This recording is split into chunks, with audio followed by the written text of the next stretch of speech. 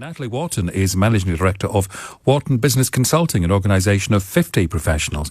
Welcome, Natalie. What do you think happens next here? As we've reported, the UK government apparently, well, who knows what it's thinking about this, but it appears to be considering flexible working, or perhaps even giving people the right to work from home. Who knows what's going to happen? How would you frame what comes next? Yeah. Thank you, Eddie, and great to be back here. So for me, I think what is really key is that I believe legislation isn't really the answer. What we need to do is encourage businesses to really explore and unpick why flexible working hasn't worked before, and help them to think about how do they adapt their culture, their ways of working to enable people to work flexibly and in a hybrid way. So how would you then embark on that? And are businesses ready to think in that way?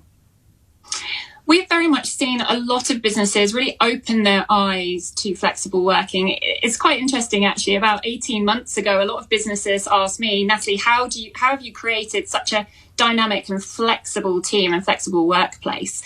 And there's lots of answers. I can go into that. But the key thing organisations need to do is really listen up to their organisation at all levels and understand what the beliefs and behaviours are that are really creating blockers of people working in a flexible way.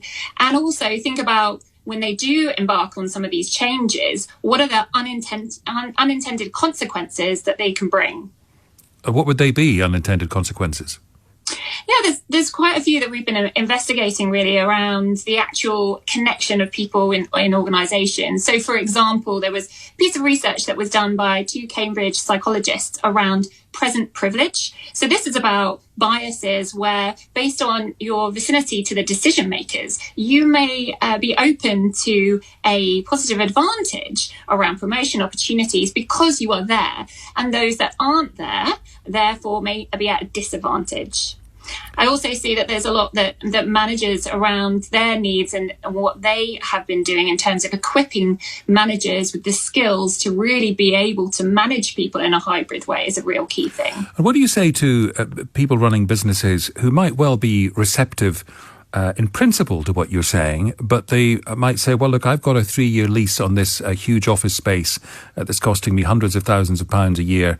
I need people in the office, and the expense of having them somewhere else isn't good for my business. Yeah, definitely. I think we've heard today on your show, there's lots of benefits both for home working, but also for working in the office. And what I advise businesses to do is really think about the purpose of your office now.